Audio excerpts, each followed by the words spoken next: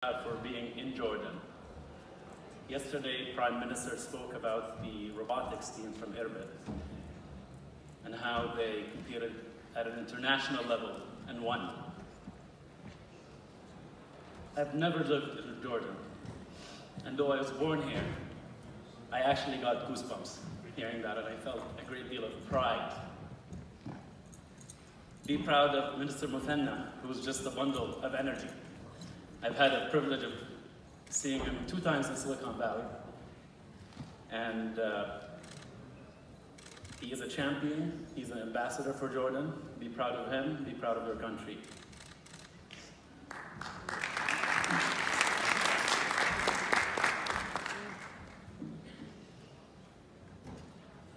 So what is Transform VC? I am a native of Jordan, and Transform VC is my firm. And we pay very special attention to Middle Easterns in Silicon Valley. Our goal is we want to impact 1 billion people and hopefully make me $1 billion. And that means, by definition, you as an entrepreneur better be worth $10 or $20 billion. That's how the math works if you looked into VCs. What do I look for in entrepreneurs? You got to dream big. So if your ambition isn't laughable at by other people, then it's not big enough. Go back to sleep. Dream some more.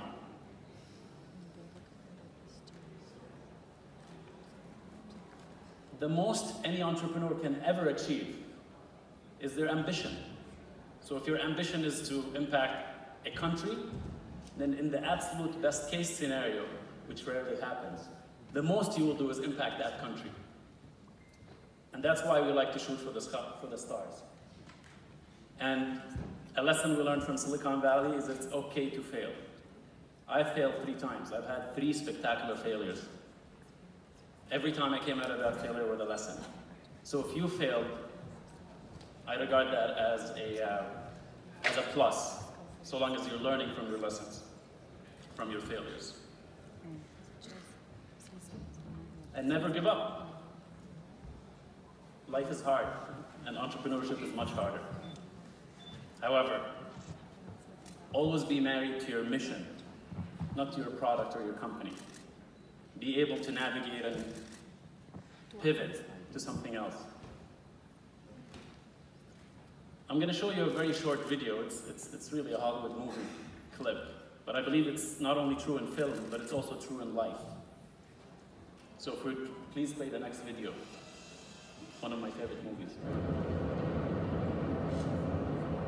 You ain't gonna believe this, but you used to fit right here.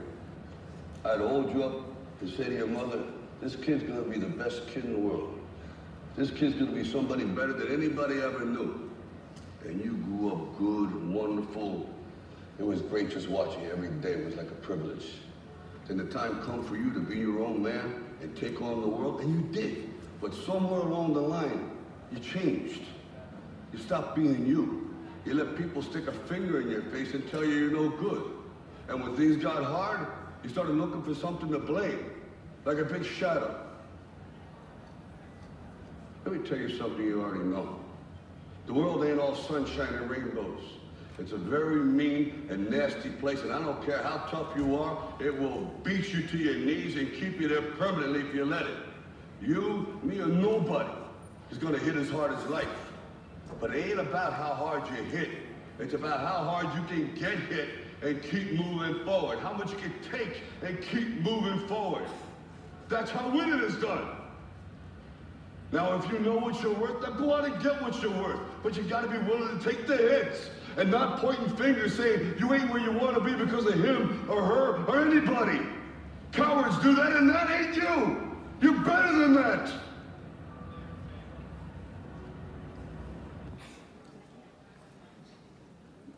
Thank you, Rocky Balboa. Though a fictional character, every time I went through my ups and downs, I actually resorted back to something like this. It really helped me get back on my feet and try much harder. So you gotta find your thing, whatever it is. If it's this clip, if it's reading a book, if it's talking to someone, just never give up. So what do we look for in our founders? They must be extraordinary salespeople. Why is salesmanship so important? Because you're selling on an ongoing basis. You're selling to investors, you're selling to customers, you're selling to prospective employees, you're constantly selling. But be careful not to be an overseller, because we can smell that a mile away. Always be authentic. If you don't know, say I don't know, but I can learn. And always focus on execution. We only have 10 minutes, so unfortunately I can't go into a lot of detail on what that means, but I want to talk about the type of companies that we look to invest in. We look for companies that are highly defensible. Why? Because defensibility is one of the most important things in a business. As soon as you are innovative and develop something unique and of value, guess what? There's going to be 10 or 20 or even 100 other people who are trying to copy you. And you're able to get to that exponential growth only if you have true defensibility, not just a competitive business advantage. And true defensibility, in our view, comes from one of two ways. Either some sort of a deep tech, things, physics, biology, chemistry. You know, growing up in the Middle East, it was always said, hey, if you study chemistry, the most you can be is a chemistry teacher. Well, there's nothing wrong with that. But guess what? Studying chemistry, physics, biology, any of these deep techs, you can now start a tech company that can impact 1 billion people. Things like water, energy, agriculture, and I've already met a founder yesterday who was working on some agriculture startup. Excited to speak with him later on. If you're here, look me up. And the other type of startups that we look for are ones that exhibit strong network effects.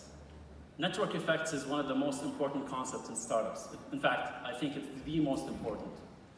And the most traditional example is the telephone network. Imagine the very first person who had a telephone. How useless was that? He didn't have no one to call. But as soon as the second and third and fourth person had a phone, the value of the network of the telephone as a technology became more and more and more. In fact, there are 13 types of networks and network effects. And I'm going to show you a very short video that discussed that from one of my...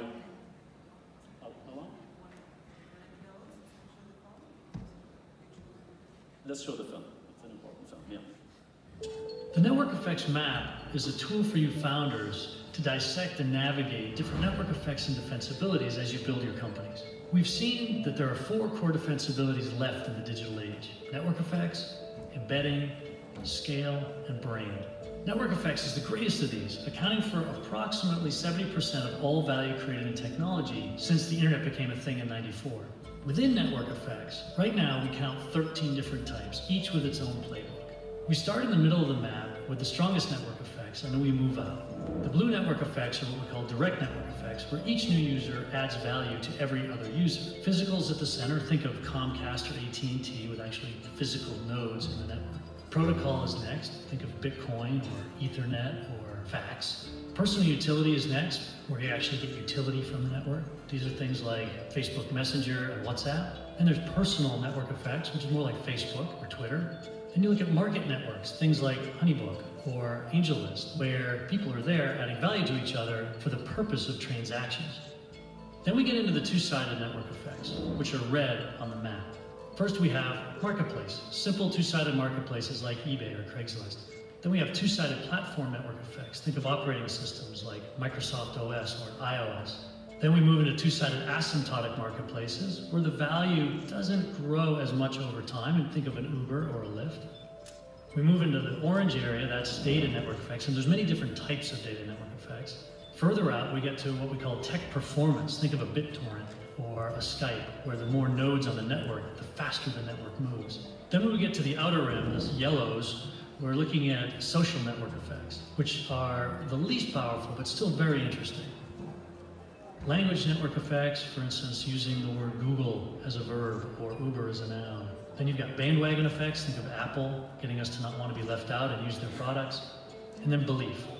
Think of something like Bitcoin or religion or gold, where the more of us believe in it, the more value for everyone. This map is constantly evolving as we are students of network effects and constantly learning more about each of them and about the different playbooks. All right, so I'm being asked that my time is up, so Last thing we're going to say is, if you want to impact 1 billion people out of Silicon Valley, if you think your picture belongs here with other heroes in the making from Arabia, please come and find me. Thank you.